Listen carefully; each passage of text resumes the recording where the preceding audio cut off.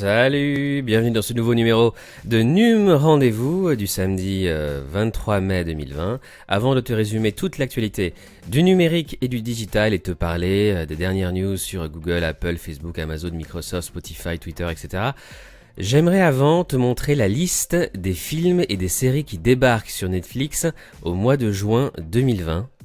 C'est un article de Numérama par Marie Turcan que tu retrouveras dans le commentaire épinglé sous cette vidéo. Netflix France, quels sont les nouveaux films et séries en juin 2020 ? Alors première série à débarquer le 1er juin, c'est Supergirl. Supergirl saison 4. J'ai arrêté de regarder Supergirl après la première ou la deuxième saison. Et peut-être que je vais m'y remettre. Supergirl, donc saison 4, débarque le 1er juin. Autre série également, La Fête à la Maison. Saison des adieux, le 2 juin. 13 Reasons Why, la dernière saison, la saison 4, débarque le 5 juin. J'ai beaucoup aimé la première saison de 13 Reasons Why. J'ai moins aimé les saisons d'après. Mais donc celle-ci sera la dernière. Saison 4, le 5 juin, sur Netflix. Queer Eye, saison 5, le 5 juin. Rick et Morty, saison 4, le 16 juin sur Netflix. The Politician, saison 2, le 19 juin. Et RuPaul's Drag Race, saison 12, qui va aussi arriver en juin sur Netflix. Les films, Grease débarque sur Netflix le 1er juin, le film culte de 1978. Vanilla Sky avec Tom Cruise, évidemment, le 1er juin également. The Five Bloods, Frères de sang, un film de Spike Lee produit par Netflix, arrive également en juin. 50 nuances plus sombres sera diffusé à partir du 13 juin sur Netflix. Merci Patron, le 24 juin, film événement. Le Grinch, le 30 juin. Et enfin, le film cultissime Scarface débarque sur Netflix le 30 juin. Voilà pour les sorties Netflix du mois de juin. Je t'invite à regarder toutes ces bandes annonces dans cet article qui sera dans le commentaire épinglé sous cette vidéo YouTube. Autre news Netflix du jour. Pourquoi votre compte pourrait être supprimé ? Ouais, tu as bien entendu. Si vous ne regardez plus Netflix depuis longtemps, votre abonnement sera résilié automatiquement. Netflix va supprimer les comptes inactifs depuis trop longtemps. Si votre compte Netflix n'a pas été utilisé depuis un certain temps, le géant américain va prendre le soin de vous désabonner automatiquement. En fait, c'est si tu n'utilises pas ton compte depuis 12 mois. Tu vas recevoir un mail de notification. Ainsi, tous les abonnés Netflix qui n'ont pas regardé le moindre contenu sur les 12 derniers mois vont recevoir un mail qui leur demande s'ils souhaitent continuer à payer leur abonnement. Si ces derniers n'apportent aucune réponse, Netflix considérera automatiquement cela comme un non et annulera l'abonnement en question. Ces comptes inactifs représentent moins de 0,5% de la base globale des membres, soit quelques centaines de milliers seulement. Évidemment, si un utilisateur souhaite se réabonner au service, il reste libre de le faire à tout moment. Donc fais attention si tu n'as pas utilisé ton compte ces 12 derniers mois, il faut absolument que tu le visites pour pas qu'on le supprime ou que tu répondes aux mails que Netflix t'envoie. Adam Sandler et LeBron James unis dans un projet très particulier. Pour Netflix, Adam Sandler continue ses aventures avec Netflix, ils ont signé un partenariat, mais le dernier projet annoncé se révèle pour le moins inattendu. L'acteur de 53 ans va être à l'affiche d'une nouvelle dramadie pour Netflix, un projet centré autour de l'univers du basket, qui sera tout simplement par LeBron James, l'un des meilleurs joueurs de l'histoire de la NBA, un duo pour le moins surprenant pour ce projet baptisé Hustle. Le scénario se centre plutôt sur un recruteur de basket qui se fait virer et se retrouve en difficulté. C'est alors qu'il découvre un jeune talent à l'étranger et décide de le ramener avec lui à la conquête de la NBA. Disney+, on va parler des Simpsons, dont je t'ai déjà parlé dans cette émission. Sur Disney+, une partie des Simpsons sera enfin aux bonnes dimensions. Sur Disney+, de nombreuses saisons des Simpsons n'étaient proposées qu'au format 16/9, ce qui gâchait une partie de l'esprit des blagues de la série. Les 7 premières saisons seront enfin accessibles au format original à compter du 28 mai sur Disney+.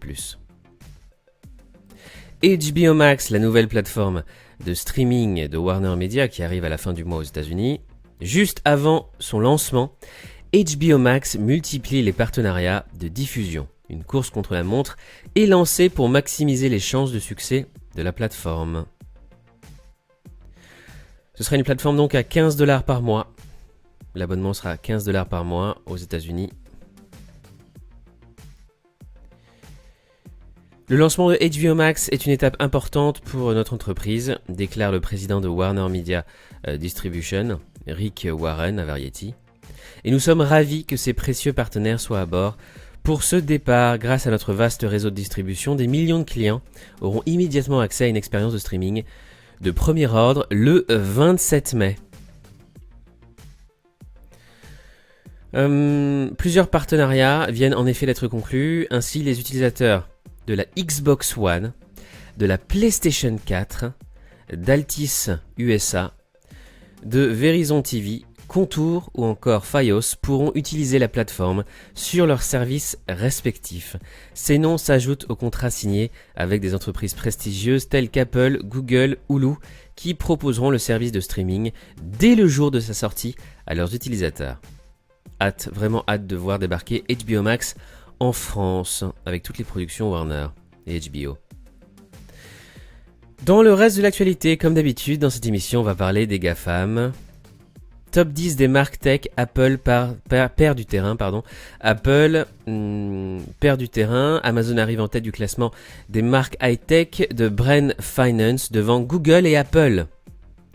Voici le classement, donc top 3, Amazon toujours numéro 1, Google numéro 2, qui était à la 3e place et maintenant qui passe à la 2e place, Apple qui perd une place et qui arrive à la 3e place. Voici le top 10 de Brand Finance, Amazon, Google, Apple, Microsoft, Facebook, Samsung, Huawei, WeChat, marque chinoise, YouTube et enfin Tencent et QQ, un groupe chinois également de la tech. Donc comme tu le vois, ce sont essentiellement des marques américaines, des groupes américains et des groupes chinois qui trustent le top 10 des marques de la tech en 2020 avec une marque coréenne, Samsung.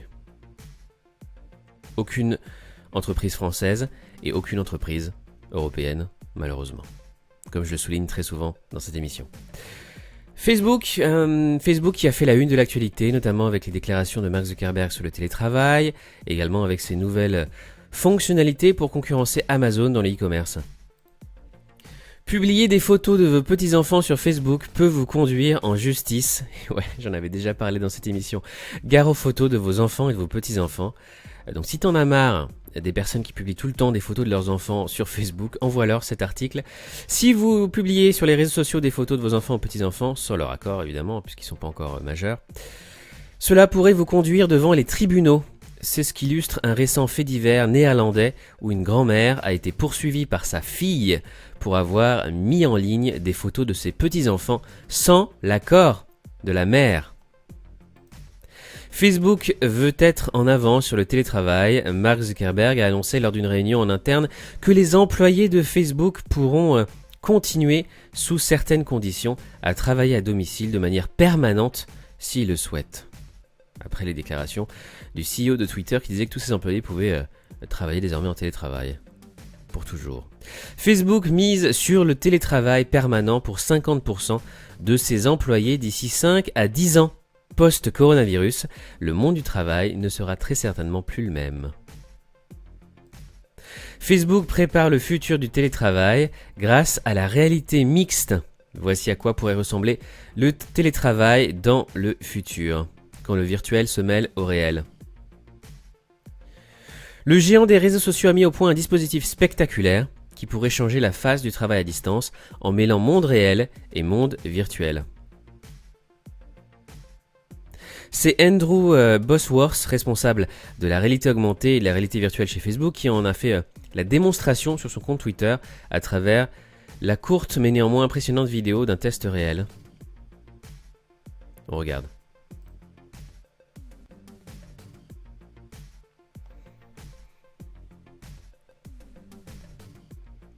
Test donc en réalité augmentée pour les employés de Facebook. Facebook dévoile un concept de bureau virtuel en réalité augmentée. Pourra-t-on un jour travailler depuis n'importe où, juste avec une paire de lunettes high-tech? C'est la vision cas Facebook du futur du travail. Il présente dans une courte vidéo un concept de bureau virtuel dans lequel l'utilisateur peut disposer d'une multitude d'écrans dans une pièce. D'ailleurs, Facebook y travaille sur plusieurs énormes projets de lunettes en réalité augmentée, un peu comme les Google Glass ou les spectacles de Snapchat.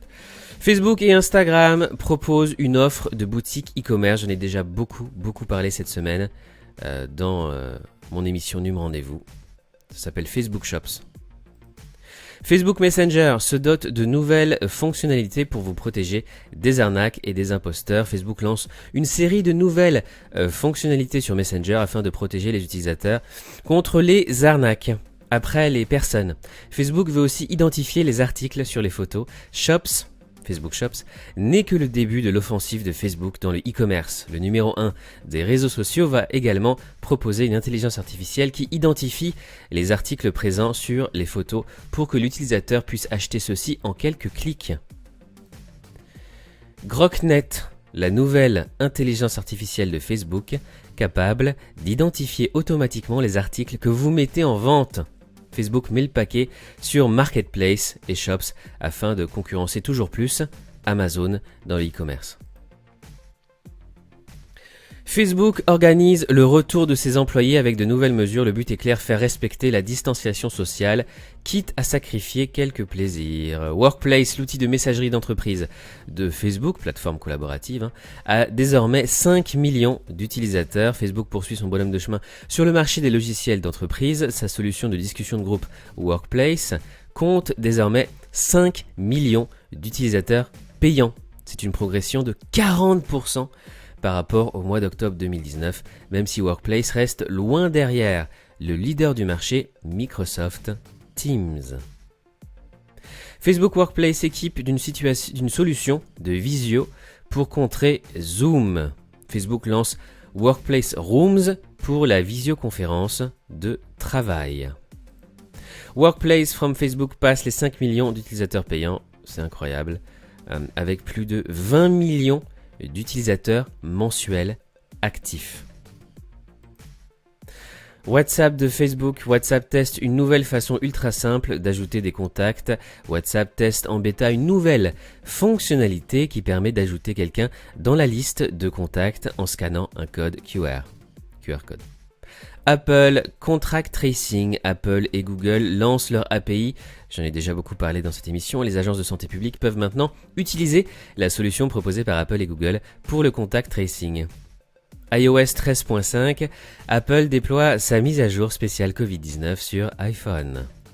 Apple publie iOS 13.5, une mise à jour spéciale coronavirus. Cette nouvelle version du système d'exploitation mobile intègre l'interface de programmation pour le contact tracing dans l'épidémie Covid-19. Elle facilite également l'utilisation de Face ID lorsqu'on porte un masque.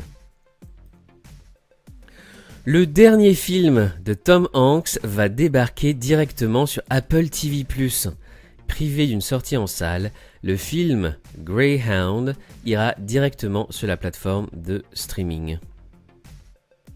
Apple TV+, qui va acheter de plus en plus de contenus originaux et également des séries et films qui ont été diffusés ailleurs. C'est donc juste le début pour Apple TV+, qui a un peu raté son lancement, il faut le dire, par rapport à Disney+, par exemple.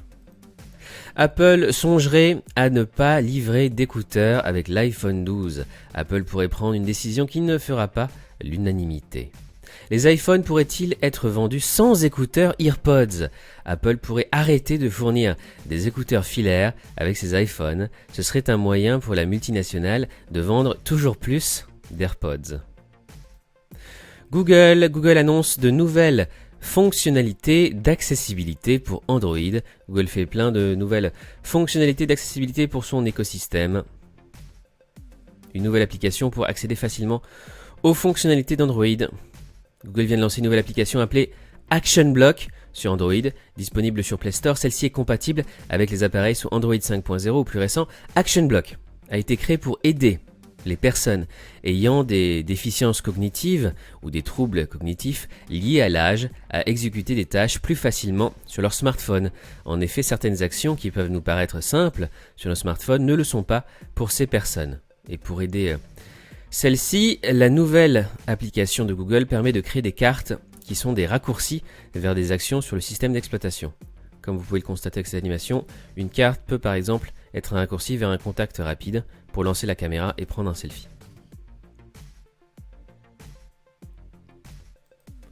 L'application mobile Google se paie enfin un mode sombre. C'est pas trop tôt et ça arrive sur Android comme sur iOS. Google pourrait repousser la date de sortie du Pixel 4a. Google prend du retard et devrait repousser la date de lancement de son prochain smartphone, attendu initialement pour début juin. Google teste un écran connecté facile à utiliser pour les seniors. Google a développé une version simplifiée de son écran connecté Nest Hub Max afin de rendre le produit plus facile à utiliser pour les seniors. L'objectif, aider ceux-ci à rester en contact avec leur famille pendant la pandémie. YouTube pourra vous envoyer une notification quand il est temps de dormir. YouTube lance une fonctionnalité qui vous rappelle qu'il est temps d'aller vous coucher. Amazon. Face à Fortnite et League of Legends, Amazon se lance dans le jeu vidéo à gros budget avec Crucible. Amazon a affiché ses ambitions en matière de jeux vidéo à gros budget avec le lancement mercredi de Crucible, ce jeu de tir et d'action à la troisième personne dont le téléchargement est gratuit, mais dont certains contenus sont payants, et la première production majeure d'Amazon Game Studios. Le titre entend rivaliser avec des valeurs sûres comme Fortnite, développé par le studio Epic Games, League of Legends de Riot Games ou encore Overwatch d'Activision Blizzard. Le géant de Seattle travaille aussi au développement d'un jeu multijoueur en ligne basé sur la saga Le Seigneur des Anneaux, puisqu'Amazon va aussi produire la série Le Seigneur des Anneaux, la série la plus chère dans toute l'histoire de la télévision. Alexa Skills Blueprints est disponible pour les clients français. Microsoft confirme le rachat de Softomotive, spécialiste de l'automatisation. Un rachat confirmé durant la Build 2020 tenue cette semaine. La surface du haut pourrait être moins onéreux que le Galaxy Fold. De premières indications sur les caractéristiques du Surface Duo de Microsoft révèlent que celui-ci devrait être moins onéreux que la Galaxy Fold de Samsung.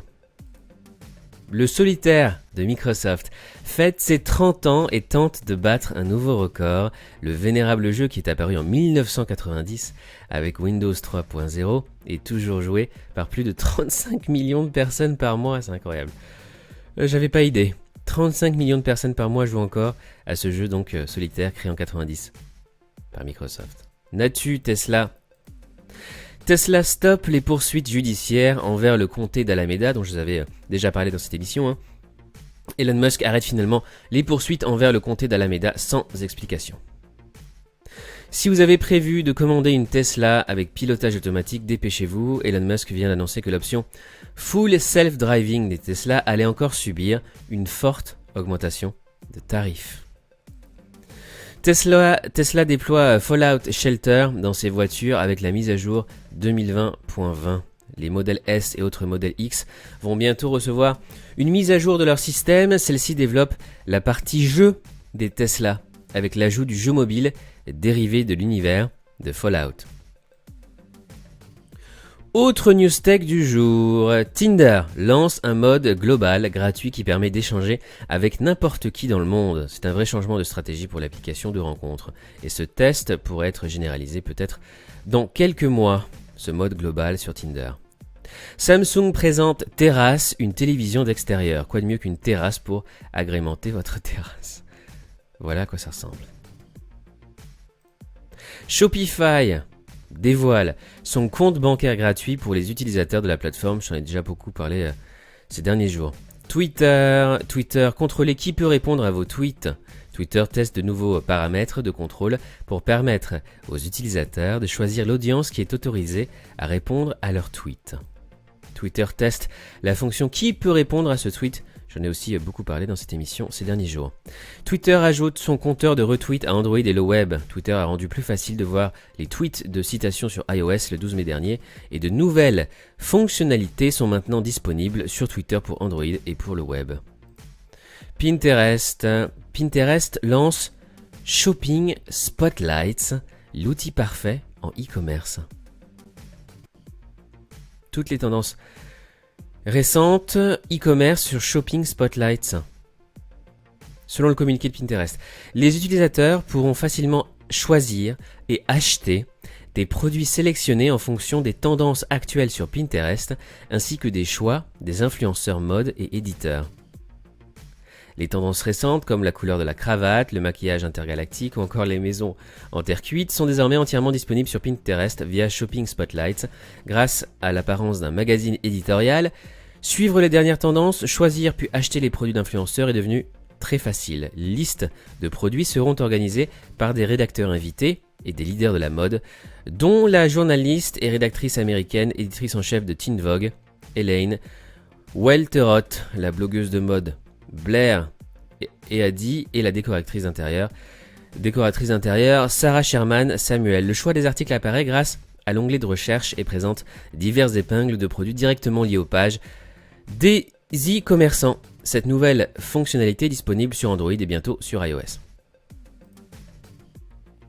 On part en Chine maintenant. Petit à petit, les marques chinoises se dotent d'un équivalent d'AirDrop. En janvier, Xiaomi, Oppo et Vimo ont formé une alliance afin de proposer un équivalent d'AirDrop sur leur smartphone Android. Cet effort est aujourd'hui rejoint par d'autres marques chinoises.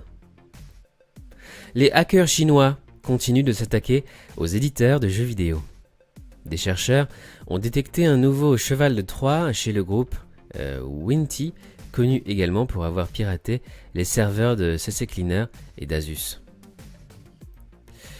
Xiaomi, malgré la pandémie, les revenus de Xiaomi grimpent. Malgré la pandémie, les revenus de Xiaomi ont augmenté de 13,6% au premier trimestre. Le constructeur évoque également un début de retour à la normale de ses ventes en Europe. Xiaomi présente sa réplique du HomePod à moins de 45 €. Une nouvelle fois, Xiaomi présente un appareil avec un air de déjà-vu. Voilà le HomePod de Xiaomi. On le sait que Xiaomi a une passion pour Apple. Le problème, c'est que parfois, ça se voit un peu trop. Il y a quelques mois, Xiaomi a présenté sa montre connectée qui ressemblait à s'y méprendre à une Apple Watch. D'ailleurs, elle s'appelle la Mi Watch. Aujourd'hui, le constructeur chinois est de retour avec un nouveau produit. Et encore une fois, il nous fait penser à l'un de la firme de Cupertino. Voici le Xiao AI Art Speaker, une enceinte connectée grandement inspirée du HomePod d'Apple. Coûtera environ 49 $, soit moins de 45 €. Alors qu'un pod est vendu à 329 €.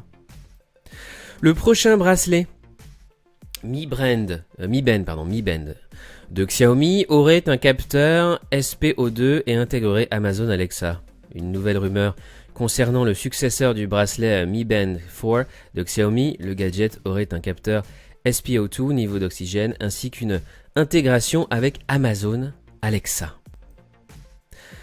Xiaomi Mi TV 4S55, le téléviseur qui se démarque uniquement par sa télécommande avec micro. C'est un test effectué par les numériques très intéressant sur les produits Xiaomi. Alibaba investit dans l'intégration de l'IA, l'intelligence artificielle, aux haut-parleurs connectés. Le géant chinois du commerce électronique, l'Amazon chinois, va investir près d'1 milliard de dollars pour renforcer son intelligence artificielle et l'écosystème de l'Internet des objets, l'IoT, notamment en reliant davantage de contenus et de services d'Alibaba qui couvrent le divertissement, la santé et l'éducation. J'en ai déjà parlé dans cette émission. TikTok lance sa toute première campagne TV, la plateforme à la conquête du monde. Dans un spot coloré et enjoué de 1 minute, le célèbre réseau social TikTok s'adresse enfin au grand public de la télévision anglaise en s'associant avec l'agence belge Social Lab. La campagne, intitulée A Little Brighter Inside, met en vedette bon nombre de célébrités comme des groupes de musique connus tels que Little Mix, Tom Daley ou Tini Tempa. On y retrouve aussi le célèbre chef cuisinier Gordon Ramsay et sa fille, ainsi que des créateurs de la plateforme tels que Holly H, Matthew et Ryan, Charlie's Sausage Dog et même Granddad Joe, dont les vidéos se sont fait connaître pendant le confinement et lui ont permis d'accumuler 1,7 million d'abonnés. Donc TikTok qui part à la conquête du monde en faisant des pubs à la télé désormais. Et enfin, News France. Stop Covid. Le gouvernement affirme à tort que 95% des Français ont un smartphone. Encore un article extrêmement pertinent et important de Marie Turcan de Numérama. le ministère de l'économie a publié une foire aux questions pour mieux comprendre Stop Covid, l'application de traçage de contacts par Bluetooth voulue par le gouvernement. Mais le taux d'utilisation des smartphones en France y était erroné jusqu'à une modification récente et il ne fait pas mention des disparités très importantes entre les classes d'âge. C'est vrai. Le ministère de l'économie a assuré que le taux d'équipement en smartphone a par ailleurs beaucoup progressé en France ces dernières années. Il était de 95% en 2019, ce qui est faux. Comme on peut le lire dans le baromètre du numérique de 2019, réalisé en partie par l'ARCEP et hébergé par le même ministère de l'économie, seuls 77% des Français étaient équipés d'un smartphone en 2019 et je me souviens que j'avais parlé de cette data, de cette donnée et de cette étude dans mon émission et beaucoup de spectateurs sur YouTube étaient très étonnés, beaucoup de jeunes me disaient que c'était pas vrai, que c'était impossible qu'il y ait seulement 77% de Français qui aient un smartphone. Eh bien c'est vrai. 77% de la population dispose d'un smartphone tandis que 95% un téléphone mobile, c'est-à-dire smartphone ou téléphone classique. Les erreurs, surtout lorsqu'elles concernent des données chiffrées, peuvent arriver, toutefois cette différence est loin d'être anecdotique, c'est vrai. Si 23% de la population n'a pas de smartphone, cela représente près d'un Français sur 4 qui sera de facto exclu de l'outil Stop Covid. Et cette mise à la marge est en fait encore plus forte selon les tranches d'âge. C'est très important de le souligner, c'est ce qu'on appelle la fracture numérique, Digital Divide en anglais. 23% de la population française n'a pas de smartphone. Et évidemment, les personnes âgées sont encore plus touchées. Au-delà de 60 ans, ils ne sont plus que 62% à avoir un smartphone. Et ce pourcentage baisse à 44% pour les plus de 70 ans. Donc les personnes de plus de 60 ans, parmi celles-ci, il y a seulement 62% qui ont un smartphone. Et parmi les plus de 70 ans, il y a seulement 44% des gens qui ont un smartphone. C'est très très peu. Et ça va exclure donc beaucoup de gens. Surtout que les plus de 60 ans représentent près de 95% des décès liés au coronavirus, 85% des hospitalisations et 70% des transferts en réanimation. Ouais, les plus de 60 ans, c'est 95% des décès liés au coronavirus. Et ces gens n'ont pas tous un smartphone, donc c'est extrêmement préoccupant, cette fracture numérique et cette application donc Stop Covid qui pose de vrais problèmes d'égalité, d'inégalité surtout en France. Stop Covid, pourquoi l'algorithme de chiffrement va être remplacé avant le débat à l'Assemblée? Stop Covid va recevoir un changement de dernière minute à quelques jours du débat à l'Assemblée. Les développeurs vont suivre les recommandations de la CNIL et de l'ANSSI sur l'algorithme de chiffrement essentiel à la garantie du pseudonymat des utilisateurs. Les développeurs de Stop Covid ont mis longtemps à adopter les recommandations de la CNIL et de l'ANSSI, les autorités de référence sur les questions de protection des données.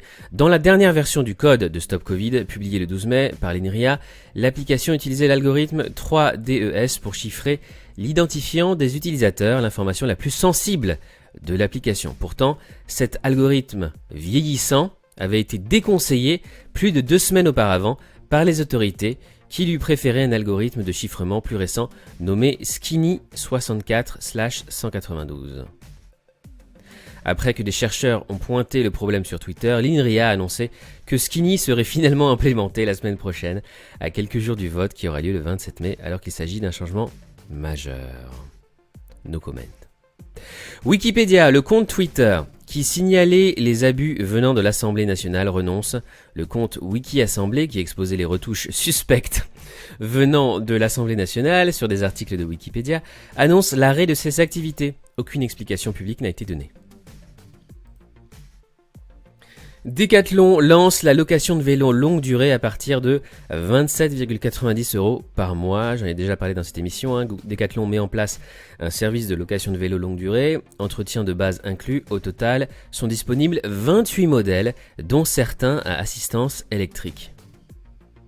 Si l'intention est louable, l'opération revient très cher au final, c'est vrai. C'est ce que j'avais constaté également. C'est très cher. Après Lidl et Intermarché, Carrefour lance aussi son robot cuiseur, le Fagor Connect. Après l'idée d'Intermarché, c'est au tour de Carrefour de lancer son robot cuiseur multifonction le 25 mai prochain.